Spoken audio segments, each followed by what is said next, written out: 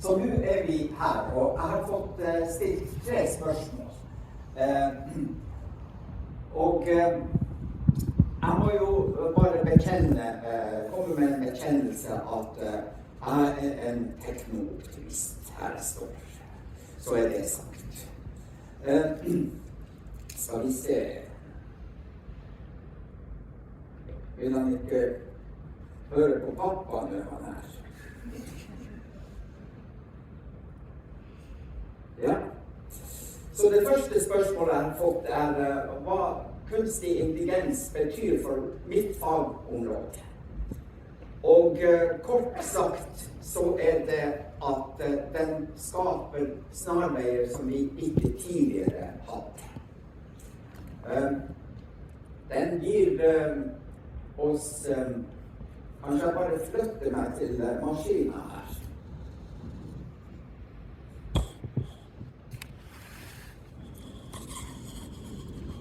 Lurer på hvordan jeg kan få styr.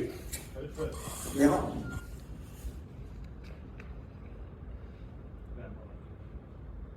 En teknooptimists hverdag ikke en enkel tilværelse. Sånn. Ja, fordi at vi kan gjennom kunstig intelligens så vil vi kunne forholde oss til større mengder informasjon. Altså vi kan spørre om og se på mengder av informasjon som vi ikke tidligere har kunnet forholde oss til. Og det som spennende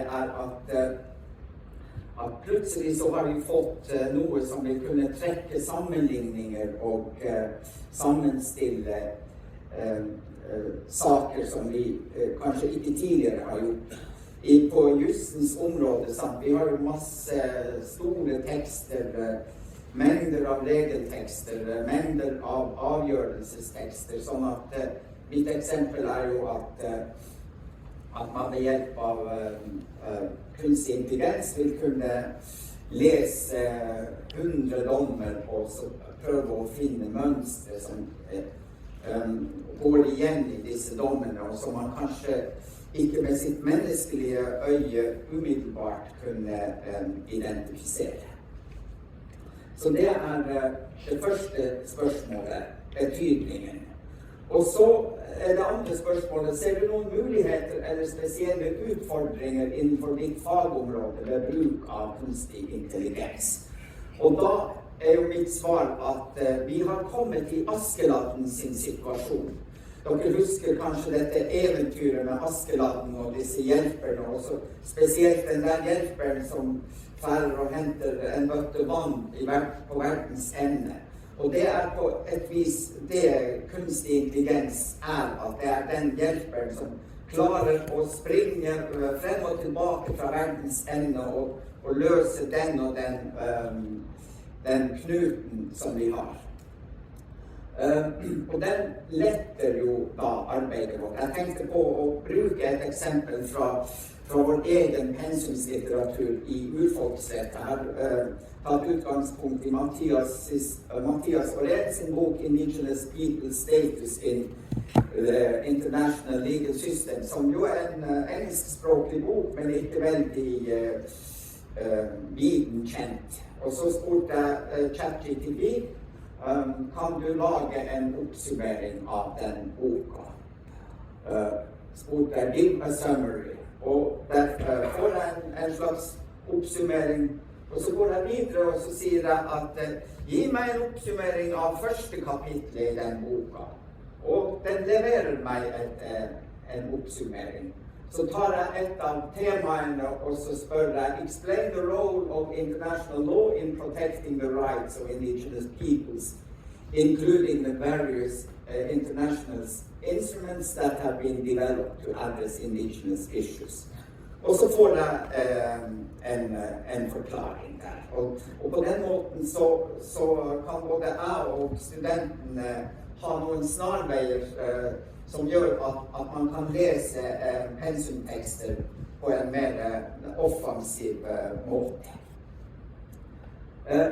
Og så tenker jeg på at det noen grupper som vil kunne kanskje ha at kunstig intelligens vil åpne muligheten for noen grupper som kanskje ikke tidligere har hatt den samme aksessen til ressurser som har vært.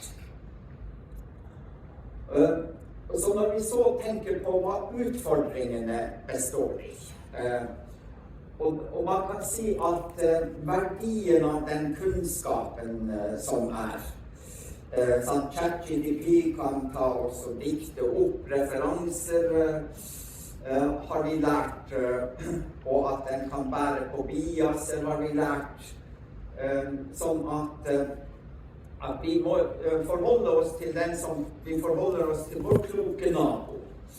At vi hører på hva naboen sier, men vi må ikke forlate vår kritiske sans. Og den samme typen utfordringen altså, hvem det som kan hva? Og det jo spesielt interessant i akkurat vårt øyeblikk, selv om det også tidligere har vært at min sannhet like god som din sannhet. Sånn at den kan åpne for den typen diskusjoner. Så da kommer vi til det tredje spørsmålet, om jeg har noen tanker om hva kunstig intelligens kan bety for vurderinger innen det fagområdet som jeg har. Og det som det spennende spørsmålet hvordan vi måler validiteten og verdien av fagkompetanse. Og vi kan se på det på to måter. Den utilitaristiske betraktningen som vi kan anlegge, at det kjempeflott hvis studentene våre og kollegene våre blir dyktige til å bruke de verktøyene som tilgjengelige. Fordi det kommer samfunnet til å ha bruk for. Og så glemmer vi dette her med hva som bor substansielt i denne studenten. Han leverer god mat til oss, kan vi tenke. Eller han en god mekaniker. Og så det den andre betraktningen, og det den rettferdsbaserte betraktningen. At universitetet, hvor vi legger til grunn det prinsippet at universitetets kvalifikasjoner bør tildeles kun ut fra den enkeltes kvalifikasjoner. Og jeg vil rette oppmerksomheten mot en annen diskusjon som også veldig aktuell nå. Og det går på kryptovalutaen, og hvordan man vurderer den økonomiske verdien av kryptovaluta. Da har man to ulike innfallsvinkler. Den ene kalles for proof of work. Og proof of work baserer seg på at verdi bekreftes gjennom et arbeid som gjort. I bitcoin-sammenhengen så det at verdien bekreftes gjennom at en datamaskin jobber gjennom kompliserte ligninger. Gjør kompliserte utregninger. Og man kan si at vi har allerede en variant av proof of work her i bruk på universitetet, gjennom at studenten gjennom å leve seg gjennom en eksamen har en proof of work. Og så har man den andre måten, det jeg ser du litt bekymret, men jeg straks i mål, du ser det på blåstreken der. Den andre måten, det jo proof of stake. Og den kjent fra andre kryptovalutaer, og der bekreftes verdien gjennom det at noen som allerede innehar en verdi, bekrefter at jo da, det du kommer med har også verdi. Og Ethereum gikk jo over fra proof of work til proof of stake på grunn av den diskusjonen som var om at datamaskinene brukte så mye elektrisitet og sånn.